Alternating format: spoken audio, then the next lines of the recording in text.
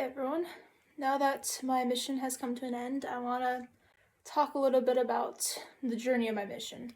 Throughout this year, there's definitely some choices I made that make me seem a little bit like an idiot, but that's alright. Part of being human is being imperfect, and one of my favorite books is actually called The Gifts of Imperfections, and one of my favorite scriptures is Ether 12:27, which talks about how our weaknesses make us humble. Our weaknesses help us turn to God and help us be able to realize how much we need to rely on Him.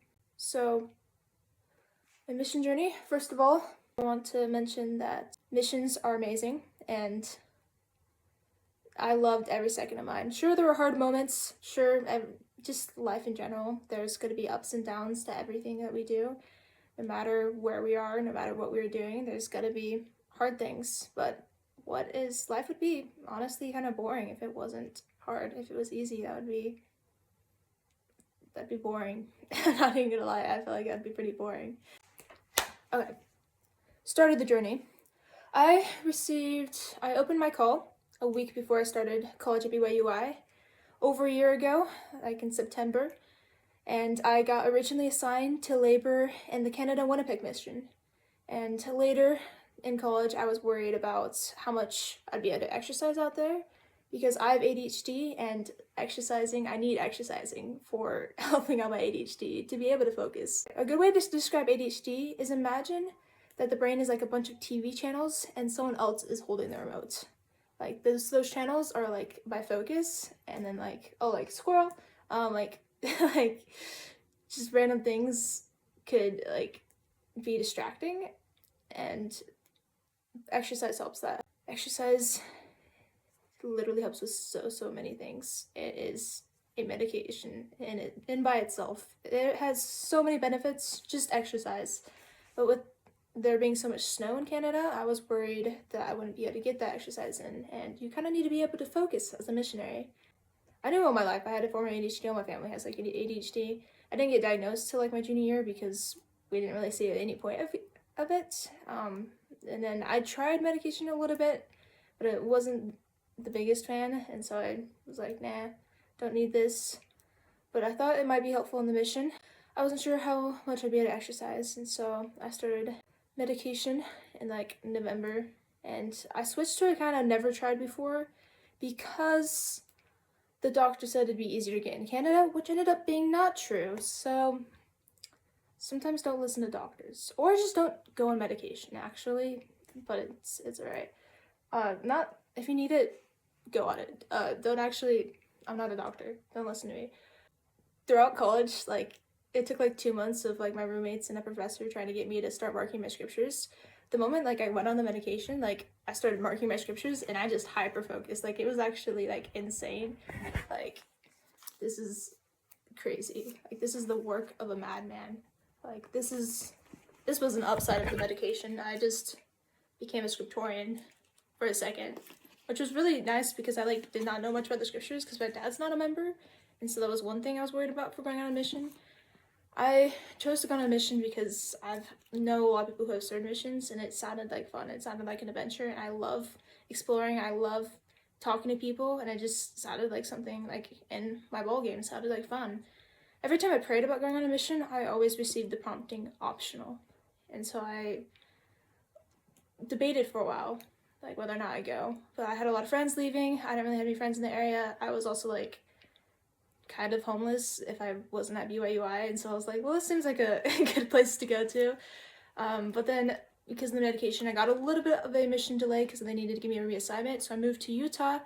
And so my mission officially on paper was 6 months, but mentally it was 9 months for me because the moment January 20th hit, which was my originally I was going to start January 20th. I was originally going to get set apart that day, but because I was getting a reassignment to the States because of medication, I just did a pretend service mission, except I got paid, in Utah. I worked as an assistant special education teacher. I read the mission standards and I knew a lot of service missionaries, and so I just pretended to do a service mission. I did like a mix of service rules and missionary rules while out there, and then also did a ton of running. It was awesome. I was out in Utah for 3 months, so I like to say that I served in Utah for 3 months, and then got set apart April 28th, officially headed to Minnesota, and was in Minnesota for 3 months.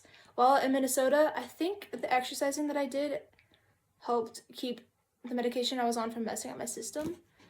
Another thing, when I was at college, I had a roommate who served a mission who messed around with anxiety meds throughout the mission, with permission of like the nurses and stuff. And so like this was part of the issue, is I went on an ADHD med and I went on a light dose of an anxiety med, and it was that combo, those two together, mixed together, messed up my system. And when I lowered my exercising in the field, I went from like an hour of running to like 10 minutes of running, and my gut started getting messed up from the medication. And like 3 weeks in the field, I started like not sleeping, and so I was like sleep deprived, and then like my body was starting to shut down. The medication messed up my gut, which started creating heartburn, which started creating headaches, which was basically an entire like internal fire happening. It was not the funnest thing ever.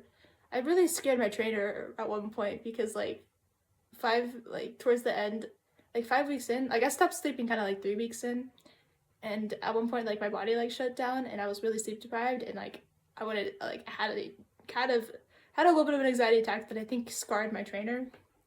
So whoops. But with the permission of a nurse, I was able to get off the medication in the field. I actually didn't, when I first got on the medication, I was kind of like hesitant about the side effects in the first place, but people kept telling me to give it time. And then I was like praying about it, and my stake president was like, I think you made the right decision. And then my admission was also delayed because of the medication, and so I was kind of like stuck on it. And so I was kind of grateful when like the nurse in the field gave me permission to go off the meds. And then the withdrawals from it were a little bit worse than I expected.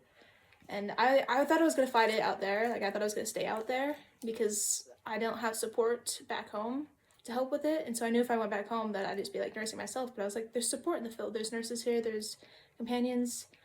But a few days after going off the meds with permission, I got the strongest prompting ever in a zone conference that I needed to just go home. Like I just heard the words go home and come back. And I knew if I went home, there was a good chance I wouldn't be coming back, at least as a missionary. And I went up to my mission president, and 2 days later I was home. Nursed myself back to health. It was a little bit rough. Like I had to slow down everything. Like I had to function. I was basically like, anyone who talked to me that first month, I was basically like high/drunk. Like I was gonna end my mission just to focus on recovery, but some people gave me pep talks, and there's some people in Minnesota who wanted me to come back, and so I was like, okay, I'll try. I'll find it. I'll stick it out for a little bit. And I'm also a little bit of a workaholic, and so the service work was a really good distraction from the pain.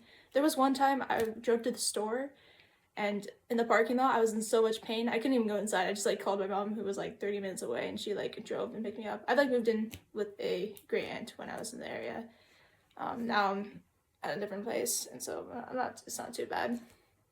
Finding places, being homeless is interesting. Anyways, yeah. I coached rugby for the 3 months that I was back, and they didn't really like that I was messing around with medication, so they didn't really want me to go back, which is valid.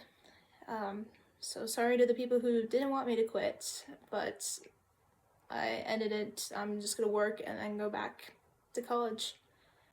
I debated about whether or not I wanted to stay on the service mission a little bit longer, but I clashed really hard with a lot of my leaders in this area, and we had a lot of different ideas about how we think service missions should be run, because I've seen a lot of service missionaries, and I've also never been the biggest fan of the culture of the church. I love the gospel, don't get me wrong, like I love the gospel, but I've never been the biggest fan of the culture.